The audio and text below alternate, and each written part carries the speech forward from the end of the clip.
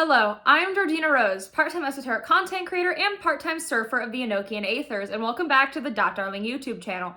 On this channel, we discuss magic, mysticism, religion, and culture. And in this video, we're going to be talking about rituals, specifically about how to prepare for them. On this channel, I have made so many videos about occult practices, and a lot of these practices involve ritual. Ritual can be a number of things. It can be a dramatic ritual, which is a really long sort of ceremonial procession, or it can be a more internal sort of mysticism experience where you're sort of going on maybe a path-working journey and having kind of this vision through the divine. Or it can mean chanting and like say repeating a name of a specific god again and again and again until you kind of get really connected to that name and enter into a trance. It can mean much more things than that as well. I've done a lot of rituals over the years, and obviously for different rituals, I prepare a little differently. But in general, these are some steps that you may want to consider when you are getting ready to do a ritual. Because the thing about rituals is that they kind of work on a level based around formulas. And these formulas are going to vary tradition to tradition, culture to culture, but generally it kind of goes as follows.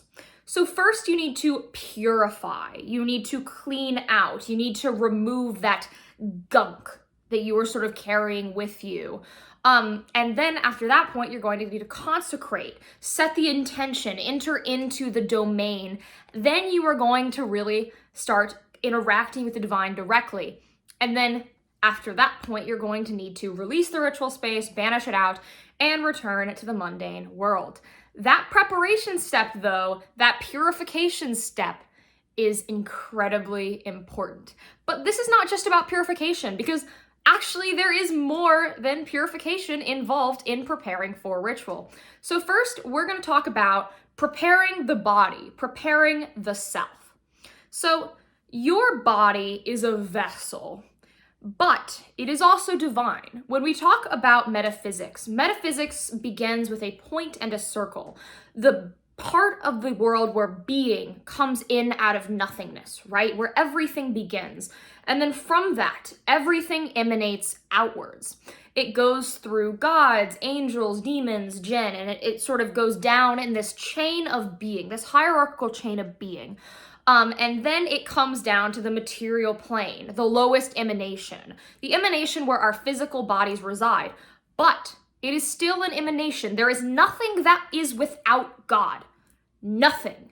So our bodies are divine. There is no part of us that is not of the gods, right? And so we should consider our bodies sacred and prepare it accordingly. So the first thing you might want to do is purify, though there is more than purification. The ways you can purify your body are through things like fasting. A common way to ritualistically fast is to do what's called a bread and water fast, where you only eat bread and water, simple, or doing a fast where beginning at dawn, you say a prayer, and then you go without water or food for the day until a sundown prayer where that sort of ends your fast. Or you can fast for a couple hours prior to the ritual. Depending on what you're doing, you may want to do a different variation of these. In a ritual that I was looking at that I'm considering soon, it says you have to fast for 40 days prior to it. Obviously, we're not gonna not eat for 40 days. You would literally die. That's not happening. Though with fasting, I always want to caution to do it within a realm of health. And if you are someone who suffers with, say, an eating disorder or a health condition, don't engage with it. If you are harming your body, it's generally a bad idea. We are trying to do something good for the divine, not punishing for the self, right? Now, another way to purify is through literally cleaning your body, right? Hopping in the shower and praying as you shower. And as that water runs down you, runs off you, all that negative energy, that gunk, the things that reside on you, energies that are maybe trapped to you, let's say you interacted with a spirit that's not so great, all that just goes down the drain. You can also do this in a bath form, though if you do this in a bath form, and a friend of mine told me this years ago, and I think it's brilliant, to sit in the bath until all the water is down the drain, right? Don't let any drops stay on your body, right? Let it all go away before you get out. Now, another way is to literally clean. Now, the next way to prepare the body is to think about what you are wearing in the ritual. For many rituals, there will be requirements on what you are supposed to wear. And what you wear is a set of correspondences. One of the ways that rituals work is based on the idea of correspondence. Correspondence is pretty simple. Something corresponds to another thing. Like, let's say this dress is green that I'm wearing right now, right? What does green correspond to? Obviously, our brains tend to go to money, which that is a correspondence, but green also corresponds to Venus. It also corresponds to paradise and to the heavens. So it corresponds to a lot of things. Whereas this black hat that I'm wearing, I just put it on to be cute, but that black, that is the color of Saturn. That means discipline, boundaries, restrictions, limitations. And so if I was wearing this, it would be good for a ritual that involves a combination of those factors. So definitely care about the colors you're wearing, and as well, if you wear a hat or a veil or something like that will make a big difference. There are certain rituals where you're going to want to put a scarf on your head, right? Whether that could be white or black, that would depend on what exactly you're doing. Whereas there's some rituals where you definitely do not want a scarf on your head because, you know, you want to represent like being completely untethered to things. Whereas wearing a scarf on your head, that typically denotes a sense of modesty or devotion to a spirit and a sense of humbleness. So if you're doing something where you want to humble yourself, you might want to wear a headscarf. If you're doing something where you want to be completely unshackled, you may want to take it off. So, you know, how you do things like that can make a big difference. As well, a common practice in Western esotericism specifically is the use of lamens, which are essentially little like talisman sigil things that you put on your body. They can be on jewelry, they can be on pins, all sorts of ways that they can attach them to you. And those symbols will mean something specific and will impact the ritual. Some rituals even require these. Another thing to consider is, and this is a thing that I really saw come up a lot when I started looking at Arab metaphysics and like the Arabian practices, is writing on the skin. With jinn magic and jinn evictions, like say you want to get a jinn out of your body, obviously you can do a ruqya, which is where you listen to specific, you know, sacred verses. But another thing to do is to write specific god names and combinations of things on your skin. You do it on the palm, not on the top, but you know what I mean. And then that will help get that jinn out of your body, right? But you can also use it to bring a spirit into you if you're doing an invocation, which is calling a god into yourself to interact with that god and honor that god. So I've seen people write the sigils on their skin. And if you are someone who has tattoos or something like that, know that your tattoos are a sigil, whether you designed it to be a sigil or not, and that can also impact your ritual. So if you have a tattoo that you don't want to interact with the ritual, specifically if you have a runic tattoo, I know a lot of people get the Norse pagan runes tattooed on their bodies, that is going to be sort of infused into any ritual you do with that tattoo on you. So you may want to put some like concealer, makeup, or even a bandage over it so that it's not present in the ritual space and it's actually removed from your formulaic experience. Now, the next thing you're gonna prepare is not your body, but your temple. So very few people are able to build like an elaborate ritual temple in their house, though some people have, and I am so jealous of you. I love it when I see photos on the internet of people who have taken like a guest bedroom or a shack in their yard and transformed it into like an elaborate ritual space. It's so beautiful. Like people who build actual temples to the gods, I have so much respect for that. Or if you are lucky enough to be a member of a group that you really connect with and you have a set temple where you do group rituals, that's awesome. But if you're someone who does not have like a formal ritual space, and honestly, even if you do have a formal ritual space, you'll still need to do this before every ritual. You need to prepare your little space. So a lot of people are familiar with these big circle mats. They're kind of iconic when you think of the Western esoteric traditions. They're huge, they have beautiful writing all around them, they're filled with sigils. Those serve a purpose. Those are not just to look cool. Those are designating a space. And those are almost always 9 feet wide and long. That 9-foot size is actually really good for a ritual, in my opinion, because you have enough space to move around, because quite a number of rituals require actual movement, whether you are doing, say, a circle dance in a pagan procession, or you are doing, say, a banishing ritual where you need to sort of expand your wings out and make certain symbols with your body, right? You're gonna want space. So that 9 feet is really good. And the nice thing about these mats is at that point, the mat itself is your ritual space, right? So even if you're doing it in your studio apartment and that's your bedroom, the bed and all that and your bookshelves, like those are no longer part of your ritual space, right? They are out of your microcosm. And that's another reason why people do actually banishing rituals at the start of their ritual. Because let's be honest, a lot of banishing rituals that people do, looking at you, lesser banishing ritual of the pentagram, this is a call out to the lesser banishing ritual, the pentagram. They don't banish all energies. They don't null the space. They aren't actually spiritual bleach. Often what they're doing are they are invoking specific good spirits to banish out anything else that is there. But what is critical to them is at the end of them, there will be a moment like, for about me flames a pentagram and inside me shines the 6-rayed star, right? You know that section. If you're on the LBRP, you know that section. So that is actually establishing you as the center of the microcosm, which then gives you complete control over your ritual space and over the metaphysical impact of what happens in your ritual space. Because when we are doing a ritual, we are honoring the microcosmic and the macrocosmic relationship, as above, so below. We understand that there is a deep relationship between what happens outside and what happens inside our spaces. So you are grounding that as your ritual space. Now, let's say you don't have a circle mat. You can obviously take a piece of chalk and draw it on the floor. But also those circle mats, the con with them, if you want to buy one or make one, is a lot of those are very specific to specific rituals, right? Because you see them with all those combinations of sigils and symbols and words. Those specific combinations are for specific reasons. They are not picked randomly. You do not just like go online and pick a bunch of cool occult symbols that you like, just like you're assembling one of those Killstar yoga pants and say, yeah, I'm just gonna use this to make my ritual space, guys. This is gonna go great. No, you are intentional. Everything in your ritual space impacts the ritual. From the colors you wear, what is on your skin, what incense you're burning, to what is on your floor. It makes a huge difference. So you can just do a blank circle or you can just create your own space, right? But don't just use a random occult mat because it looks cool. Remember, every single thing in your ritual space is creating the formula of your microcosm. So be specific. If you are someone who, when you're doing mystic work, like to have something on the floor, this is specifically for my people who have hardwood floors. That includes me. I have hardwood floors.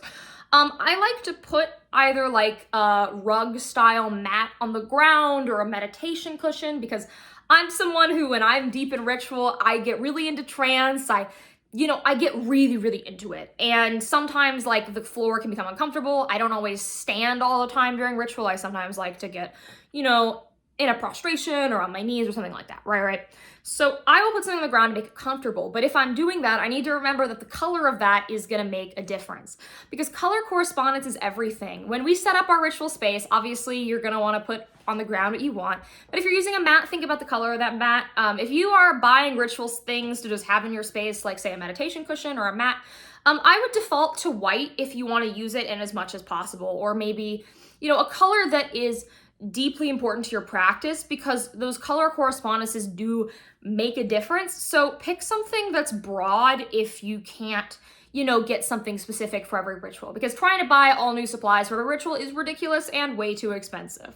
Now, when you set up your candles, think about what colors they are. Color correspondence is huge. As well, the number of candles you use is going to make a difference. If you don't have any more, obviously one is okay, but numerology and gematria is a sacred science. Numbers make a huge, huge difference. Even if you've ever been to a Catholic mass, they ring those bells a bunch of times. Did you know that those bells are rang because there's a specific correspondence to the number? And in a lot of Western occult traditions, there are things like knocking and bell ringing, and it's always at a specific interval because those numbers mean something. I'm sure we've all seen people online get really into gematria and get like conspiracy theorist numerology zone where they're saying stuff that's just like schizophrenic sounding. And yes, people can take it too far, but numbers do matter. So think about the quantity of everything you have. As well, in terms of incense, what type of incense you have can make a difference. Incense is a whole set of correspondences. If you want something, general, I would say frankincense is always fine because frankincense is a very sort of upright, it's kind of a catch-all incense, but even then it does also have specific correspondences. If you were, say, working with the Greek magical papyri, which is one of the amazing grimoires that we have left over from Hellenistic antiquity, there are actually incense recipes to all sorts of different spirits, and they're all really different. And some are a little dangerous. Be careful with some of them.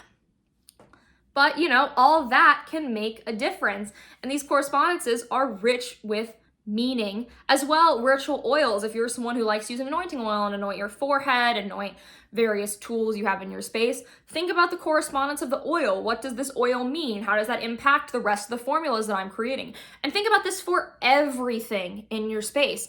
A big mistake that I see, and I see it less now, but I used to see it a lot in like 2017, 2018, is people would buy these books on like occultism, and they would essentially have like a list of supplies you're supposed to buy, or people would go on like Pinterest and see photos of like ritual setups or altars, and they think they need all these tools in their ritual space for every single ritual. No. Do not bring things into your ritual space if the correspondence does not make sense for what you are doing. So for me, like when I set up for ritual, I set up a part of my apartment, but I keep a lot of my tools and every single one that I'm not using in the right away on my altar. I don't want to bring in energies that don't have a purpose in my ritual. Also, you are going to want to be prepared with a notebook and a pen for anything you're doing, because in ritual, you're going to have a really intense experience, and kind of like dreaming, you're going to remember what happened in your ritual the most clearly immediately after your ritual, though often it doesn't quite make sense until some time passes. So writing it down and keeping a really rigid record is great. Also, if you're doing any sort of channeling or letting a spirit or deity speak through you, you're probably going to want to write that down as it happens. If you are someone who is, has a community that you're friends with, or friends who do rituals, or even a spiritual seeker who you think you can rope into it, having someone be a stenographer during a ritual can be really helpful. You can be channeling and there can be someone sitting there writing everything down. The most famous example of this was Dee and Kelly, an infamous pair who helped devise the Enochian magical system that so many of us use today, and that I have finally gotten over my fear about, and I have finally started actually seriously getting involved with. I definitely was just overly cautious. But on caution, and why I wanted to bring that up, you should know what you're doing before you get into a ritual. My general rule of thumb is to not lead a ritual or run a ritual if you cannot teach other people what it means, and if you cannot explain a lot of the formulations going into the ritual. If you are not leading a ritual and you're, say, going to a group ritual at your local lodge or something like that, you can absolutely not know everything or even not entirely know what's going on. But even then, I would advise doing some sort of research on what the ritual might be. Of course, you may not be told everything before going in, but if you know it's a ritual for, say, the spring equinox, think about what the spring equinox means and consider if that is something you actually want to do. You should not just do ritual for the sake of it. We are not doing this for fun. This is not a Ouija board at a 6th grade birthday party. The occult is serious, real, and yes, it is dangerous. Is it dangerous if you know what you're doing? Much less, but there still should be a little bit of caution, right? Fear gives us respect. Because I don't think we should be terrified of the gods or the spirits that are more powerful than us, but we should have a reverence for them and know that they definitely could smite us if we decided to fuck around and find out a little too hard. So know what you're doing. In terms of memorization, this is a question I get asked a lot. Do I need to memorize every ritual before I do it? I would say no, but you should have a general idea of what's going on. I don't memorize everything, but if it's a component of a ritual that I'm doing a lot, I definitely memorize it. Like my sort of opening and closing, banishings, and elemental stuff, I have all that memorized because I do it so often, and it's often very gesture heavy that reading off my phone or reading off printed out pieces of paper would be difficult. As well, always get distractions out of your space. Make sure your ringers are turned off. Put that laptop away. If you're reading off your phone for something, just make sure you're only on that. Don't let any ping notifications come up, because the last thing you want to do is destroy that focus. Our focus has been thrown into the garbage due to modernity, right? Our attention spans are so short, we can't pay attention to save our lives. But for ritual, you need to pay attention with as much of yourself as you possibly can. You need to be alert and know what's going on. In terms of foreign language and ritual, I would say try to pronounce it to the best of your ability. If it's not perfect, the gods will know you did an earnest shot, but I would recommend trying to be as faithful as possible. If it is a barbarous word, if you're someone who was involved with rituals that involve like barbarous names or something like that, there's no human pronunciation for that, so just kind of say it with some gusto and, put your all into it. That's what Crowley recommended, and I'm gonna co-sign that one. So I think with all of this, you can be more or less prepared for most rituals. Now, there is more for specific rituals, like if you're doing something huge that's a months-long process, or if you're doing something really advanced and complicated, pay attention to what those steps may be, and sometimes they may be way more exhausted. And for certain rituals, you don't need much prep at all. Some of these steps can be completely thrown out for specific rituals. So just think of these as parts, components that can be mixed and matched, depending on what your actual goal with your ritual is. So that's all I really want to say. If you like these videos and want to see more, you should join my Patreon. You get an extra video every month, my ritual guides, which you can literally follow along to and apply all of these steps to. You get my videos early, and you get access to my Telegram group chat. And if you're a high enough tier, you can meet with me once a month to discuss your spiritual journey, and I give you advice. It's kind of like an informal mentorship of sorts that you can drop in and drop out of at any point in time. You also can ask me questions, which is super cool. And you can also find me on all sorts of platforms. I create the podcast, The Postmodern Iconoclast, which can be found here, but also on all podcasting platforms, excluding Apple Podcasts, because I and them don't get along for some reason. You can also find me on Twitter, TikTok, Telegram, Instagram, really everywhere. I don't think there's any platform that's relevant that I'm not on. And yeah, thank you so much for watching. Like, comment, subscribe, and ring the bell. And if you ring the bell for 93 days or more, you'll meet your Holy Guardian Angel. Now, thank you for watching, and I'll see you guys in the next one.